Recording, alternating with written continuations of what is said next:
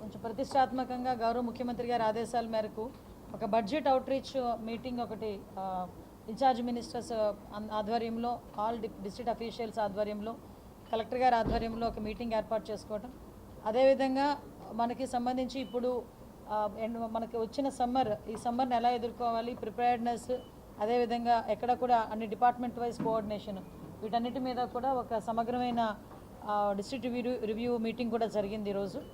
దానిలో భాగంగా మనకి యాక్చువల్గా ఈ బడ్జెట్ అవుట్రీచ్ ప్రోగ్రామ్కి గల ప్రధానమైన కారణం కూడా ఏంటంటే, ఇప్పుడు మనకి బడ్జెట్ అలొకేషన్ ఎంతవరకు అయితే ఇంపార్టెంటో, సెంట్రల్ గవర్నమెంట్ నుంచి వచ్చే ఫండ్, అదేవిధంగా స్టేట్ గవర్నమెంట్ కంట్రిబ్యూషన్, ఈ రెండింటికి కలిపి ఫండ్ వచ్చిన తర్వాత ఫండ్ యూటిలైజేషన్ కానీ, అదేవిధంగా యూసెస్ సబ్మిషన్ కానీ, ఇంకా పెండింగ్ ఏమైనా ఫండ్ ఉంటే కనుక వాటిని యూటిలైజేషన్ కానీ, వీటన్నిటి మీద కూడా గౌరవ సీఎం గారు ప్రత్యేకమైన దృష్టి పెట్టి ప్రతిసారి 3 monthsకి ఒకసారి జరిగే కలెక్టర్ కాన్ఫరెన్స్లో కూడా కలెక్టర్ని, అదేవిధంగా ప్రిన్సిపల్ సెక్రటరీస్ని, అదేవిధంగా మినిస్టర్స్ని అందరినీ కూడా అలర్ట్ చేయటం.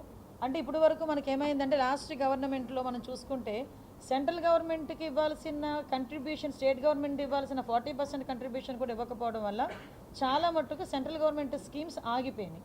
మళ్ళీ వాటన్నిటినీ లైవ్లో పెట్టాలి అంటే ఆల్మోస్ట్ వాళ్ళు వచ్చిన ఫస్ట్ 20% ఇస్తారు సెంట్రల్ గవర్నమెంట్. ఆ ఇచ్చినవి యూటిలైజేషన్ చేసి వాటి యూటిలైజేషన్ సర్టిఫికేట్స్ ఇచ్చిన తర్వాత కంట్రిబ్యూషన్ ఆఫ్ స్టేట్ గవర్నమెంట్ ఇస్తే మిగతా డబ్బులు కూడా వాళ్ళకి మిగతా 40%, ఇక్కడ నుంచి 40%, ఓవరాల్గా 100% వెళ్తాయి. సో లాస్ట్ గవర్నమెంట్లో ఏమైందంటే చాలా మట్టుకు అన్ని డిపార్ట్మెంట్స్, ఒక డిపార్ట్మెంట్ అని చెప్పట్లేదు, ఆల్మోస్ట్ ఆల్ డిపార్ట్మెంట్స్లో ఈ ప్రాబ్లం వచ్చి చాలా మట్టుకు సెంట్రల్ గవర్నమెంట్ స్కీమ్స్ అన్నవి ఆగిపోయినాయి. మళ్ళీ గౌరవ ముఖ్యమంత్రి గారు ఎన్డీఏ కూటమి గవర్నమెంట్లోకి వచ్చిన తర్వాత ఎక్కడెక్కడైతే పెండింగ్ ఇష్యూస్ ఉన్నాయో వాటన్నిటికీ కూడా డబ్బులు చెల్లించుకొని మళ్ళీ సెంట్రల్ గవర్నమెంట్ నుంచి ఫండ్ అలొకేట్ చేయించుకున్నాం. వీటన్నిటిని కూడా ప్రాపర్ వేలో యూటిలైజ్ చేయాలి అంటే గ్రౌండ్ లెవెల్లో ఉన్న ఆఫీసర్కి కూడా ఎంత బడ్జెట్ అలొకేట్ అవుతుంది వాళ్ళ డిపార్ట్మెంట్ తరఫున, దానికి ఒక యాక్షన్ ప్లాన్ ఎలా ఉంది, 3 months యాక్షన్ ఏంటి, 6 months యాక్షన్ ఏంటి, 12 months యాక్షన్ ఏంటి, వీటితో పాటు బడ్జెట్ అలొకేట్ చేయటమే కాకుండా గవర్నమెంట్ ద్వారా ప్రజలకు వెళ్లాల్సిన అభివృద్ధి కార్యక్రమాలు, సంక్షేమ కార్యక్రమాలు ప్రతి ఒక్క పౌరుడికి తెలియాలి. అట్ ద సేమ్ టైం వాళ్ళకి కూడా ఒక బాధ్యత కల్పించాలని ఒక ఉద్దేశం గౌరవ సీఎం గారి తాలూకా ఉద్దేశం. ఈ రెండింటినీ బేస్ చేసుకొని బడ్జెట్ని ప్రాపర్ వేలో యూటిలైజ్ చేసుకోవాలి. ఇంకా ఫర్దర్గా బడ్జెట్ ఈరోజు చాలామంది ప్రజాప్రతినిధులు కూడా కొన్ని సలహాలు కూడా ఇచ్చున్నారు. వాళ్ళకి కూడా అంటే బడ్జెట్ అలొకేట్ చేసేటప్పుడు కానీ బడ్జెట్ సమావేశాల ముందు కానీ కలెక్టర్స్ దగ్గర నుంచి, అదేవిధంగా కన్సర్న్ మినిస్టర్స్ దగ్గర నుంచి మీటింగ్స్ ఏర్పాటు చేసుకొని అప్పుడు బడ్జెట్ అలొకేషన్ అనేది జరుగుతుంది. అది కింద స్థాయి ప్రజాప్రతినిధుల నుంచి కూడా జరిగితే బాగుంటుందని ఒక సూచన కూడా ఇచ్చారు. అది గవర్నమెంట్ కూడా పంపిస్తాం. యాజ్ ఆఫ్ నౌ ప్రతి ఒక్కరు కూడా ఈరోజు మనకి చూసుకుంటే విజయనగరం జిల్లాకి దగ్గర 3,000 కోట్లు దగ్గర మనకి 3,000 దాటి కోట్లు మనకి ఈరోజు అలొకేట్ అయింది ఆల్ డిపార్ట్మెంట్స్కి. హయ్యర్ సైడ్ రూరల్ డెవలప్మెంట్కి ఎక్కువ బడ్జెట్ కూడా అలొకేట్ అవ్వడం ఇవన్నీ జరిగింది. వీటన్నిటినీ కూడా కోఆర్డినేషన్ బిట్వీన్ డిపార్ట్మెంట్స్ అది చాలా మేజర్. ఈరోజు 2-3 ప్రజాప్రతినిధులు కూడా మీరు కూడా విన్నారు. ఆ కోఆర్డినేషన్ మిస్ అవ్వటం వల్ల కొంత ఫండ్ కూడా కొంచెం అనవసరంగా ఖర్చు అవుతుంది అన్న విషయం. సో గౌరవ కలెక్టర్ గారికి కూడా నేనేం చెప్పానంటే, ఎప్పుడైనా అలాంటి మీటింగ్స్ ఏదైనా పెట్టినప్పుడు ఇన్ కేస్ మెయిన్ ఫిజికల్గా అటెండ్ అవ్వకపోయినా డెఫినెట్గా జూమ్ కాల్లోనే అటెండ్ అయ్యి ఇమీడియట్గా దాన్ని రిజాల్వ్ చేసుకుందామని చెప్పాం. దాని పరంగా వెళ్తారు. అట్ ద సేమ్ టైం ఈరోజు డిఆర్సీ మీటింగ్లో కూడా చాలామంది ప్రజాప్రతినిధులు యాక్షన్ టేకన్ రిపోర్ట్లో కూడా కొన్ని ఇష్యూస్ని రైజ్ చేశారు. ఇప్పుడు నెల్లిమర్ల ఇష్యూలో మన పిహెచ్సి ఒకటి ఓపెనింగ్ ఇంకా కాలేదు అని చెప్పి దానికి కూడా డేట్ ఇచ్చున్నాం. విత్ ఇన్ ద ప్రొసీజర్ అది జరగాలి అని. అట్ ద సేమ్ టైం దాంట్లో కూడా మనకి పర్టికులర్గా ఇప్పుడు ఇండస్ట్రియల్ గ్రోత్ జరగాలి, మనకి హార్టికల్చర్ దగ్గర నుంచి అగ్రికల్చర్ ఎక్కువగా ఉండాలి, సర్వీస్ సెక్టార్ కూడా పెరగాలి. వీటన్నిటి మీద కూడా దృష్టి పెట్టుకున్నాం. ఎస్పెషల్లీ గ్యాస్, ఇప్పుడు మీకు తెలుసు యుద్ధం కారణంగా మనకు కూడా గ్యాస్ తక్కువ అవుతుంది అని చెప్పి ప్రజలందరూ కూడా భయాందోళనకు గురవుతున్నారు. మన అదృష్టం ఏంటంటే డొమెస్టిక్ స్టైల్లో చూసుకుంటే ఆ గ్యాస్ సప్లై చూసుకుంటే ఎక్కడా కూడా ఎటువంటి ఇబ్బంది లేదు. యాక్చువల్గా క్రానిక్గా ఎక్కువ వాళ్ళని భయభ్రాంతులు గురి చేసేయటం వల్ల ఎక్కువ మంది దాని మీద దృష్టి పెట్టి ఎక్కువ బుకింగ్స్ అయినాయి. యాక్చువల్గా పర్ డే మనకి 10,000 వరకు మనకి కన్జ్యూమ్ చేయడానికి మనకి సిలిండర్ రిక్వైర్మెంట్ ఉంటుంది. అలాంటిది ఈరోజు వాళ్ళు 79,000 వరకు వాళ్ళు అప్లై చేసేసుకోవడం వల్ల, బుక్ చేసేసుకోవడం వల్ల అదొకటి కనిపిస్తుంది. కానీ ఎక్కడా కూడా ఎటువంటి ఇబ్బంది లేదు.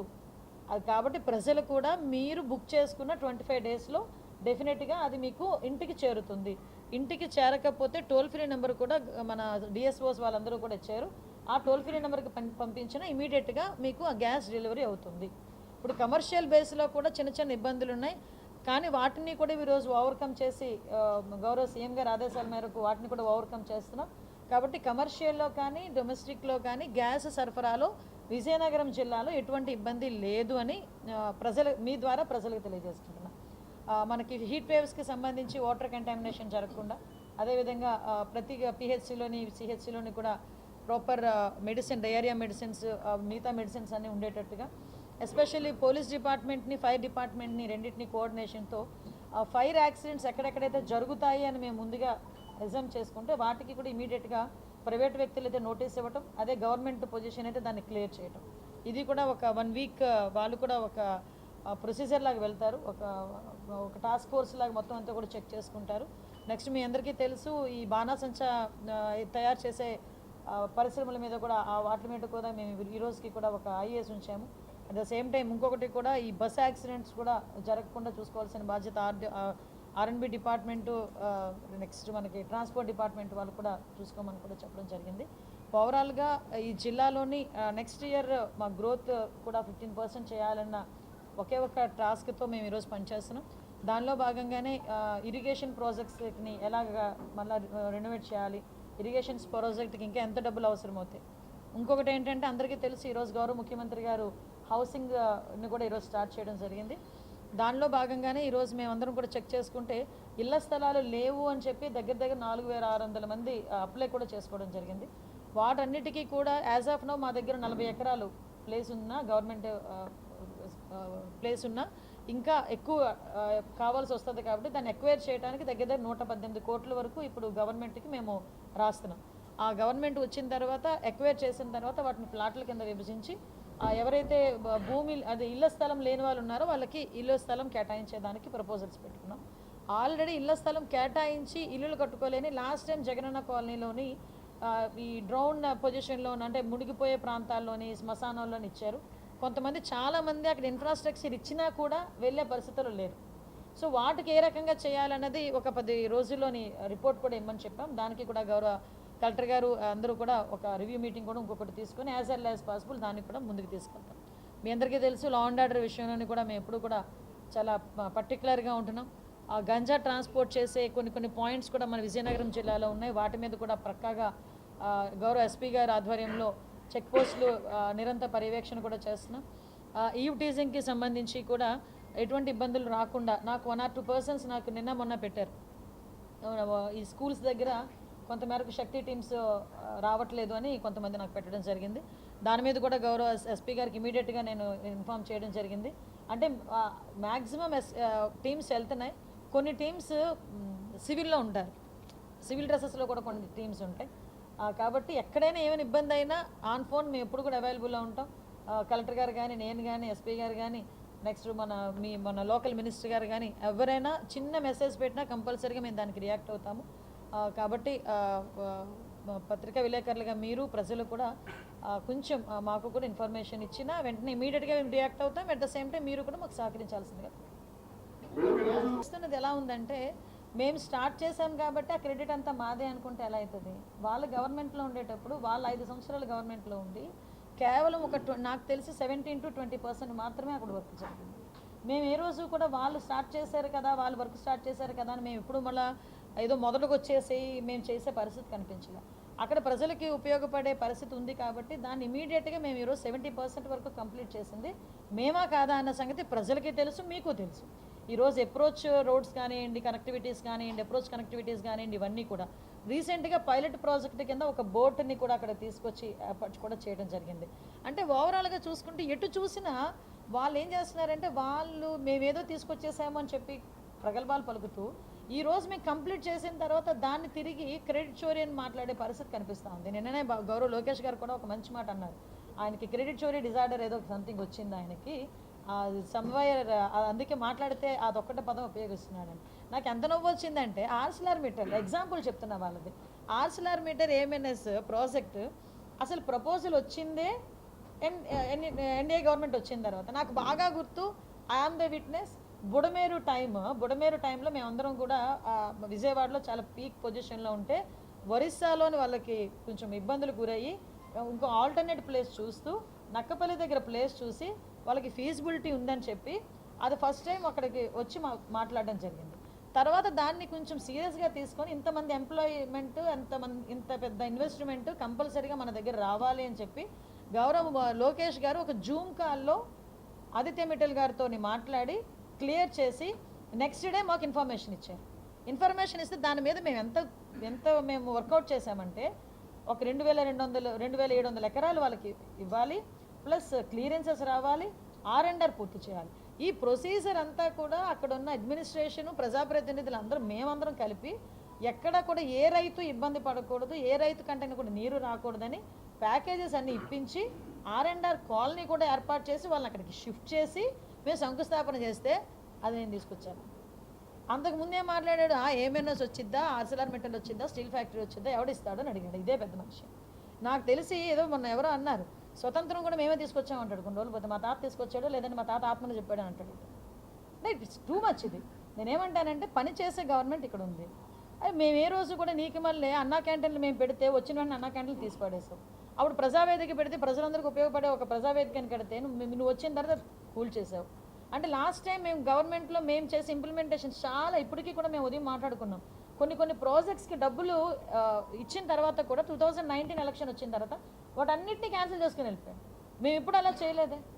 ఈరోజు ఒక ప్రజలకు ఉపయోగపడే ఒక మంచి ప్రాజెక్ట్ వచ్చింది అంటే దాన్ని ఎలా బయటకు తీసుకురావాలి, దాన్ని ఎలా చక్కగా ప్రజలకు ఉపయోగపడేట్టు చెయ్యాలనే కాన్సెప్ట్తోని డబ్బులు వృధా కాకుండా ఇది ప్రజల సొమ్ము అండి. నేను జగన్మోహన్ రెడ్డి ఎవరో జేబులోంచి తీసిన పెట్టింది కాదు కదా, మీ అందరి సొమ్ము. అతను వచ్చి ఇంత వర్క్ అయిన తర్వాత క్యాన్సిల్ చేసేయడానికి. కానీ మేము ఎప్పుడు అలా చేయలేదు. ఈరోజు మూలపేట పోర్టు విషయంలో కూడా గౌరవ ముఖ్యమంత్రి గారు ఎలాగా పనిచేస్తారో మీకు తెలుసు. రేపు పొద్దున భోగాపురం ఓపెన్ చేసిన తర్వాత కూడా అది ఇలాగే మాట్లాడతాడు. భోగాపురం మేము ఎయిర్పోర్ట్ ఓపెన్ చేసి మాట్లాడుతున్నారు. అంటే విషయం ఏంటంటే ఏది పూర్తి చేయడం చేత కాదు. ఏదైనా పూర్తి చేయాలంటే వాళ్ళకి వాటాలు ఇవ్వాలబ్బా. ఈరోజు వాటాలు అడగని గవర్నమెంట్ మాది కాబట్టి మా టైంలో ఇమీడియట్గా ప్రాజెక్టులన్నీ కూడా ముందుకెళ్తున్నాయి. వాళ్ళు వాటాలు అడుగుతారు, పార్ట్నర్షిప్లు అడుగుతారు కాబట్టి వాళ్ళకి చూసి భయపడి మధ్యలో ఉన్న ప్రాజెక్టులు కూడా వెనక్కి వెళ్ళిపోయిన సందర్భాలు ఉన్నాయి. ఈరోజు వాళ్ళు వెళ్ళిపోయిన సంగతి తెలిసి మళ్ళీ మా మీద నమ్మకంతో, గౌరవ ముఖ్యమంత్రి గారి మీద నమ్మకంతో తిరిగి మా దగ్గరికి వచ్చి ఈరోజు ప్రాజెక్టులు పూర్తి చేసుకొని ప్రజలకు ఉపయోగపడేట్టుగా ముందుకు తీసుకెళ్తున్నాం. అది మా చిత్తశుద్ధి. ఈరోజు వాళ్ళు ఎన్ని మాటలు మాట్లాడుకున్నా ప్రజలకు తెలిసి ఏం జరుగుతుంది అన్నది. బట్ మేము కూడా చెప్పాల్సిన అవసరం ఉంది. అది ఇందాక చెప్పానండి మీకు, ఒక టోల్ ఫ్రీ నెంబర్ ఒకసారి కలెక్టర్ గారు కూడా. ఓకే, ఓ పని చేస్తానులేండి. 1 మినిట్ ప్లీజ్. నాకు అర్థమైంది. నేను ఒక సెల్ ఏర్పాటు చేస్తాను కలెక్టరేట్లో. ఒకవేళ ఎక్కడైనా ఆ గ్యాస్కి సంబంధించిన ఎటువంటి ఇబ్బందులు ఉన్నాయనుకుంటా కదా, కలెక్టరేట్లో ఒక సెల్ ఏర్పాటు చేయిస్తాను. సార్ నేను జిల్లాలో మిగతా ఏజెన్సీల దగ్గర పర్ఫెక్ట్గా జరుగుతుంది. స్వామి గ్యాస్ ఏజెన్సీ అని ఒక మైండ్ వస్తుంది. ఆవిడ దగ్గర మాత్రం జిల్లాలో చాలా కనెక్షన్లు ఉన్నాయి. అక్కడికి వెళ్తే రెస్పాన్సిబిలిటీ లేదు. ఈ రోజు నెల రోజులైనా సరే అక్కడికి ఇమీడియట్గా ఈ రోజు DS1 పంపించి లేదని కలెక్టర్ గారు ఆధ్వర్యంలో ఒకసారి నేను చెక్ చేస్తాను. ఈ రోజు అసెంబ్లీ రూల్స్ చదవమనండి. అసెంబ్లీ రూల్స్ చదువుకుంటే తీర్మానం అన్నది ఎక్కడ పాస్ అవ్వచ్చు అన్న దాని మీద ఉంటుంది. తీర్మానం అన్నది ఎప్పుడూ కూడా అసెంబ్లీ పాస్ అయితే సరిపోతుంది. దానికి మళ్ళీ కౌన్సిల్కి తీసుకెళ్ళి చేసుకోవాల్సిన ఆ విషయాన్ని గౌరవ అచ్చెన్నాయుడు గారు చాలా ఫ్లోర్ ఆఫ్ ద హౌస్లోనే చెప్పారు. ఈరోజు కాదండి, అవన్నీ పక్కన పెట్టండి. మేము కౌన్సిల్లోకి తీసుకొస్తామా తీసుకురామా అవన్నీ పక్కన పెట్టండి. అమరావతి రాజధానికి వాళ్ళు ఒప్పుకుంటున్నారా లేదో చెప్పమనండి. Straight question. అమరావతి రాజధాని దానికి వాళ్ళు ఒప్పుకుంటున్నారా లేదో చెప్పమనండి. అదే 2014 to 19 ప్రతిపక్షంలో ఉండేటప్పుడు నేను అక్కడే ఇల్లు కట్టుకుంటాను, మధ్యలో ఉండాలి, 33,000 ఎకరాలు ఉండాలి, లేకపోతే కేంద్ర ప్రభుత్వం సహకరించకపోయినా నేను నా సొంత డబ్బుతో కడతాను అమరావతి అని చెప్పిన పెద్ద మనిషి 2019లో సీఎం అయిన వెంటనే ఏం చేశాడు? మూడు రాజధానులు అన్నాడు. 3 రాజధానులు కూడా ఎంత దారుణంగా వాళ్ళని ట్రీట్ చేశారు మీ అందరికీ తెలుసు. ఈరోజు ఎగైన్ మళ్ళీ వచ్చి అమరావతి చట్టబద్ధత గురించి కౌన్సిల్లో రాలేదని అడుగుతున్నారంటే వాళ్ళకి అసలు బుర్రలు పనిచేస్తున్నాయో లేదో నాకైతే అర్థం కాదు. నేను చాలా క్లియర్గా అడిగాను, లోకేష్ గారు అడిగారు, మేము అడుగుతున్నాం, మేము అందరూ అడుగుతున్నాం. అమరావతి రాజధానిగా వాళ్ళు ఒప్పుకుంటున్నారా లేదా? స్వాగతిస్తే వాళ్ళు మొన్న 11 మంది అయినా ఎందుకు రాలేదు? కనీసం వాళ్ళకి కౌన్సిల్ గురించి మాట్లాడుతున్నారు కానీ ఉన్న అసెంబ్లీలో వాళ్ళు 11 మంది స్థానాలు ఉన్నాయి కదా, ఆ 11 మంది ఎందుకు వచ్చి మాట్లాడట్లే? లేని దాని గురించి మాట్లాడతారేంది? ఉన్న అవకాశాన్ని ఉపయోగించుకోవడం మానేసి మేము 11 మందిని సస్పెండ్ చేయలే, 11 మంది రావద్దని చెప్పలే. ప్రతిసారి స్పీకర్ గారు 11 మంది రెండేనే చెప్తున్నారు. 11 మంది వచ్చి ఆ రోజు చర్చించవచ్చు కదా. నిజంగా వాళ్ళకి ఆ చిత్తశుద్ధి ఉంటే లేని కౌన్సిల్ గురించి మాట్లాడాల్సిన అవసరం ఏంటి? ఓకే, యాక్చువల్గా నేను కలెక్టర్ గారు, ఎస్పీ గారు అందరం కూడా మాట్లాడుకున్నాం. ఎక్కడైనా రైతులకు ఇవ్వాల్సిన పెండింగ్స్ ఏదైనా ఉంటే కనుక ఇమీడియట్గా చేయడానికి గవర్నమెంట్ సిద్ధంగా ఉంది. యాజ్ ఆఫ్ నౌ ఎక్కడైనా అటువంటి పెండింగ్స్ ఉన్నా కూడా మా దృష్టికి తీసుకొస్తే అందులో జెన్యూనిటీ కూడా మేము కూడా చూసుకోవాలి. సో ఎందుకంటే ఇది లాంగ్ బ్యాక్ ప్రాజెక్ట్. ఇది అప్పటికి నాకు తెలిసి మ్యాక్సిమమ్ అన్ని నష్టపరిహారాలు ఇచ్చేసామని చెప్తున్నారు. ఇంకా అటువంటి పొజిషన్ ఏదైనా ఉంటే కలెక్టర్ గారి దగ్గరికి రమ్మని కలెక్టర్ గారు కూడా అడుగుతున్నారు. వచ్చిన తర్వాత కంపల్సరీ దానిలో జెన్యూనిటీ ఉంటే కనుక డెఫినెట్గా దాని మీద ఒకటి మా ప్రభుత్వ ఎజెండా ఒకటే, ఏ రైతు కన్నీరు కారుస్తూ ఆ భూమి ఇవ్వకూడదు. వాళ్ళు స్వచ్ఛందంగా వాళ్ళు హ్యాపీగా ఇస్తేనే అది రాష్ట్రానికి కానీ రాష్ట్ర ప్రజలకు కానీ ఉపయోగపడుతుంది. మీరు అబ్జర్వ్ చేస్తే ArcelorMittal దగ్గర మేము తీసుకున్న రైతులు కానీ, అమరావతి దగ్గర తీసుకున్న రైతులు కానీ, ఎక్కడైనా కూడా రైతుల దగ్గర నుంచి ఎటువంటి అబ్జెక్షన్ లేకుండానే మేము తీసుకున్నాం. ఈ జిందాల్ విషయంలోని కూడా మేము అలాగే చేయడానికి సిద్ధంగా ఉన్నాం. దానికి సంబంధించి ఈ రోజు వరకు ఎప్పుడో ప్రొసెసర్ అయిపోయింది. కానీ కొంతమంది ఇంకా మాకు రావాలి అన్న పొజిషన్స్లో ఉన్నారు. అటువంటి వాళ్ళు ఎవరైనా ఉన్నారనుకుంటే జెన్యూనిటీ చూసుకొని మేము చేస్తాం. ఎందుకంటే ఇప్పుడు వాళ్ళు ఏదో వచ్చారు కదా అని మేము చేయటం కాదు. క్లియర్గా మా దగ్గర రికార్డ్స్ ఉంటాయి, ఎవ్రీథింగ్ ఆన్ రికార్డ్, అంతా కూడా చాలా క్లియర్గా ట్రాన్స్పరెంట్గా ఉంది. దాన్ని పట్టుకుని అటువంటి పొజిషన్ ఏదైనా కూడా మీకు చెప్పే మేము చేస్తాం. లేదమ్మా, ఎక్కడైనా లంసమ్ స్క్రాప్ కానీ లంసమ్గా అన్యూటిలైజ్డ్ సబ్స్టెన్సెస్ ఏదైనా ఉన్నా అవి ఫ్లేమబుల్ అయితే డెఫినెట్గా అక్కడ ఎవరైతే వాచ్మెన్ ఉంటారో లేకపోతే అక్కడ ఎవరైతే ఓనర్స్ ఉంటారో వాళ్ళు రెస్పాన్సిబిలిటీ తీసుకోవాలి. మేము దానికి ఏం చేస్తున్నామంటే చాలా మట్టుకు కొంతమంది మొన్న మెగా వాళ్ళ దాంట్లో జరిగింది. అది జరిగింది మేము అబ్జర్వ్ చేసుకుంటే అది ఇంటెన్షనల్గా జరిగిన మరీ ఎంత దారుణంగా పని ఒత్తిడి అని చెప్పేసి కాల్ చేస్తాడండి. అంటే అక్కడ నేనేమంటానంటే ఎస్ 1 or 2 యాక్సిడెంట్లుగా జరుగుతున్నాయి, 1 or 2 ఇంటెన్షనల్గా జరుగుతున్నాయి. ఇంటెన్షనల్గా జరగాల్సిన అంత లంసమ్ అమౌంట్ ఆఫ్ స్క్రాప్ కానీ ఫ్లామబుల్ సబ్స్టెన్సెస్ కానీ పెట్టుకునేటప్పుడు డెఫినెట్గా CCTV కెమెరాస్ పర్యవేక్షణలో ఉండాలి. నెక్స్ట్ వాచ్మెన్ వాళ్ళ పర్యవేక్షణలో ఉండాలి. నెక్స్ట్ ఇంకొకటి ఏంటంటే అటువంటి పరిస్థితి ఏదైనా వస్తే కనుక ఫైర్ జరగకుండా చూసుకోవాల్సిన బాధ్యత కూడా ప్రైవేట్ వ్యక్తులది. అదే గవర్నమెంట్ సెక్టార్స్లో ఉందనుకోండి మేమే క్లియర్ చేసుకుంటాం. అది కూడా మార్నింగ్ మేము DRCలో కూడా మేము మాట్లాడుకున్నాం. దాని గురించి 1 week వీళ్ళు కూడా కొంచెం చెకింగ్స్ చేసుకుంటారు, ఫైర్ డిపార్ట్మెంట్, పోలీస్ డిపార్ట్మెంట్. ఓకేనా? మీరు విజయనగరం తప్పించి అన్నీ అడుగుతున్నారు. హార్టెడ్గా తక్కువ మాట్లాడేస్తాడు ఆయన. మేము ఎప్పుడు కూడా మేము పాజిటివ్గానే తీసుకుంటాం. అట్ ద సేమ్ టైం ఆయన పాయింట్ రైజ్ చేసింది కూడా కరెక్టే. కాకపోతే లీగల్ ఆస్పెక్ట్లో మీకు కూడా తెలుసు, ఇప్పుడు కొన్ని వరకే మా పరిధులు ఉంటాయి. ఇప్పుడు న్యాయశాఖకి సంబంధించిన పరిధుల్లో మేము ఇన్వాల్వ్ అవ్వకూడదు. సో అక్కడ ఏంటి ప్రాబ్లము, అక్కడ జడ్జి నియామకం ఒకటి, దానికి గవర్నమెంట్కి నేను దృష్టికి తీసుకెళ్ళి అది యాజ్ ఎర్లీ యాజ్ పాసిబుల్ చేయించవచ్చు. కాకపోతే అక్కడ చిన్న ఇష్యూస్ ఏదైనా ట్విస్ట్ పెట్టాలంటే తర్వాత మాట్లాడుకుందాం. అటువంటి కూటమిలో ఎటువంటి దేవుడు దయవల్లండి నిజంగా ఏదో దిష్టి తగులుతుందమ్మా. మా కూటమి దిష్టి తగలకూడదు. ఎక్కడైనా ఏ కాన్స్టిట్యున్సీ అయినా ఏ వార్డులోనైనా సార్ మన ఇంట్లో 5 కుటుంబ సభ్యులు ఏమంటున్నారంటే మన ప్రజలు వస్తుంది వాళ్ళు ఒకటి చెప్తే దాంట్లో 2 గ్రూప్స్ ఉన్నాయి వచ్చి మాకు ఇబ్బంది అవుతుంది ఉన్నాం కదండి. ఒక నిమిషం అండి, నా దగ్గరికి కామన్ పీపుల్ కూడా నాకు చిన్న మెసేజ్ పెడతారు, దానికి కూడా నేను రియాక్ట్. ఓకే, ఇప్పుడు ఒక డిస్ట్రిక్ట్ అఫీషియల్ లెవెల్లో ప్రజాప్రతినిధుల మధ్యలో ఏదైనా ప్రాబ్లం ఉన్నప్పుడు లోకల్ మినిస్టర్ ఉన్నారు, ఇన్ఛార్జ్ మినిస్టర్గా నేనున్నాను, వాళ్ళంతా అప్పర్ హ్యాండెడ్ నిజంగా భయపడేటట్టయితే అలా చేయరండి. నేను చెప్తున్నాను క్లియర్గా, నిజంగా వాళ్ళు భయపడేటట్టయితే అలా చేయరు. డెఫినెట్గా మా కన్సర్న్ లేకపోతే కలెక్టర్ గారికి ఎవరో ఒకరికి చెప్తారు ఇలా ఉంది పొజిషన్, మమ్మల్ని ఏం చేయమంటారు. బట్ వాళ్ళు నచ్చినట్టు చేసుకుని వెళ్తున్నారంటే దేర్ ఇంటెన్షన్. సో దానికే నేను చెప్పాను. Okay, thank you.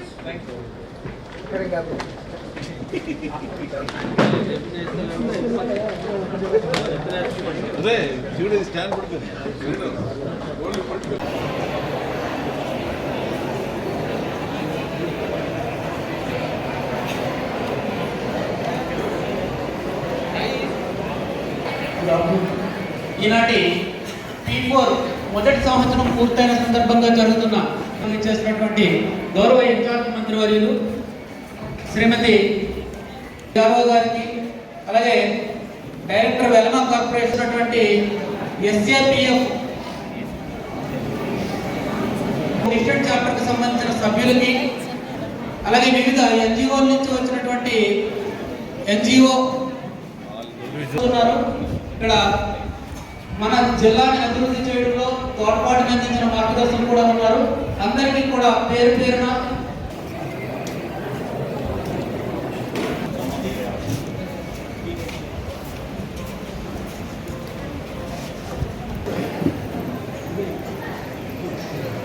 నమస్కారం. ఈ బోర్డు కార్యక్రమంలో కూడా అప్పలనాయుడు గారు డైరెక్టర్ డెవలప్మెంట్ కార్పొరేషన్, మహిళలు అందరికీ నమస్కారం. పాత్రికేయ మిత్రులు అందరికీ నమస్కారం. గౌరవ ముఖ్యమంత్రి వర్యులు స్వర్ణాంధ్ర విజన్ 10 సూత్రాల్లో మొట్టమొదటిది పేదరిక నిర్మూలన. ఈ పేదరికం నిర్మూలించడం కోసం ఒక అద్భుతమైన పద్ధతి బిఫోర్ అంటే public private people participation. So ఈ పథకంలో మనకి వ్యక్తులు ఎవరైతే ఆర్థికంగా వెనుకబడి ఉన్నారో బాటమ్ 20% అడాప్ట్ చేసుకోవడం. ఎవరైతే అడాప్ట్ చేసుకుంటున్నారో ఆ వ్యక్తులను మనము మార్గదర్శులని, ఎవరైతే సహాయం అవసరం అవుతుందో చేయడం జరిగింది. ఈ అడాప్షన్ మనకి ఒక ఆర్థిక అవసరాలకు, స్పెసిఫిక్ ఆర్థిక అవసరాలకు కూడా ఆదుకోవచ్చు. ఈ సాయం చేయడం అనేది ఆర్థికపరమైనదైనా ఇవ్వచ్చు, లేకపోతే ఆర్థిక కౌన్సిలింగ్ ఇవ్వచ్చు, గైడెన్స్ ఇవ్వచ్చు. ఇలాంటివి కూడా మనం ఇచ్చే అవకాశం ఉంది. బాగా బలంగా ఉన్న వ్యక్తులు వేసే ముఖ్యమైన ఒక బాట అనేది మనం భావించాల్సిన అవసరం ఉంది. ఇప్పటివరకు మన జిల్లాలో చూసుకుంటే 82,000 ఆర్థికపరమైన కానీ ఇతర అవసరాలు ఉన్నాయో అటువంటి కుటుంబాలను మనం గుర్తించడం జరిగింది. 82,004 ఉన్నప్పుడు దయచేసి మీరంతా ముందుకు వచ్చి ఒక 2-3 కుటుంబాలను మీరు దత్తత తీసుకుంటారు. అది మన బాధ్యత కూడా. సమాజంలో మనము టాప్లో కొందరు ఉండడం, బాటంలో ఎక్కువ మంది ఉండడం, సమాజం వాళ్ళని కూడా ఇదో సమానంగా కాకపోయినా ఏదైతే పావర్టీ లైన్ ఉందో ఆ లైన్ పైకి తీసుకెళ్ళి మీరు సాయం చేస్తే వాళ్ళు కూడా ముందుకు వచ్చి ఈ సమాజంలో ఏదైతే ముఖ్యమంత్రి గారు నిర్దేశించారో పావర్టీ కంప్లీట్గా ఉండకూడదని, దాన్ని మనం సాధించాలని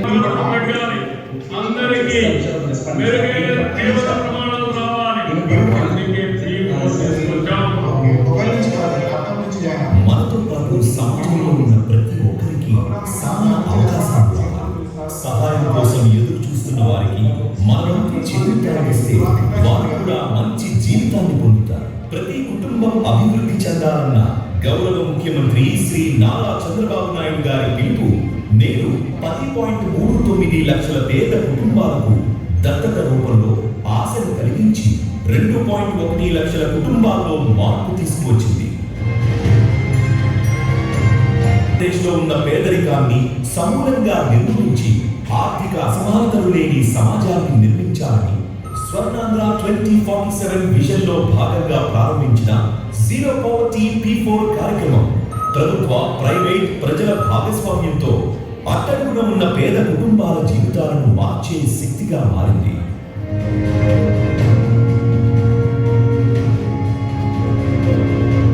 అంబేద్కర్ కోనసీమ జిల్లాలో మార్గదర్శి శ్రీ మంతెన వెంకటరామరాజు గారు ఉప్పరగుప్తపు యేసు గారి కుటుంబానికి 1,15,000 రూపాయల ఆర్థిక సహాయాన్ని అందించి వారి జీవనోపాధికి స్థిర మార్గదర్శి శ్రీ తాళ్ళూరి శ్రీకాంత్ గారు ప్రారంభించిన కమ్యూనిటీ ఫుడ్ సెక్యూరిటీ కార్యక్రమం ద్వారా నిరుపేదలకు పౌష్టికాహారం అందిస్తున్నారు.